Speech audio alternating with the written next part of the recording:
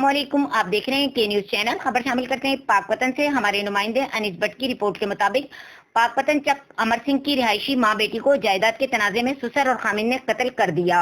Pakpattan Shamim be be عمر 51 سال، مختار be be عمر 35 سال کو آج صبح 4 بجے کلہاڑی اور کسی کے وار کر کے قتل کر دیا گیا۔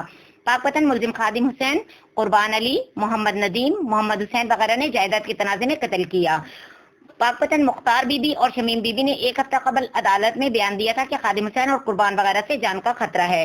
وجہ تنازع 1 ایکڑ رقبہ جو کہ امانتاً جان محمد ارائیں سے لیا تھا، جو 15.10 دن قبل رفیق ارائیں کے نام کروا دیا۔ باقی رقبہ مختار بی بی 1.5 ایکڑ کا انتقال بھی ملزمان نے اپنے نام کروانا چاہا۔ تھانہ کلیانہ پولیس نے لاشوں کو اپنے قبضے میں لے کر پوسٹ مارٹم کے لیے ڈسٹرکٹ ہسپتال بھیج دیا۔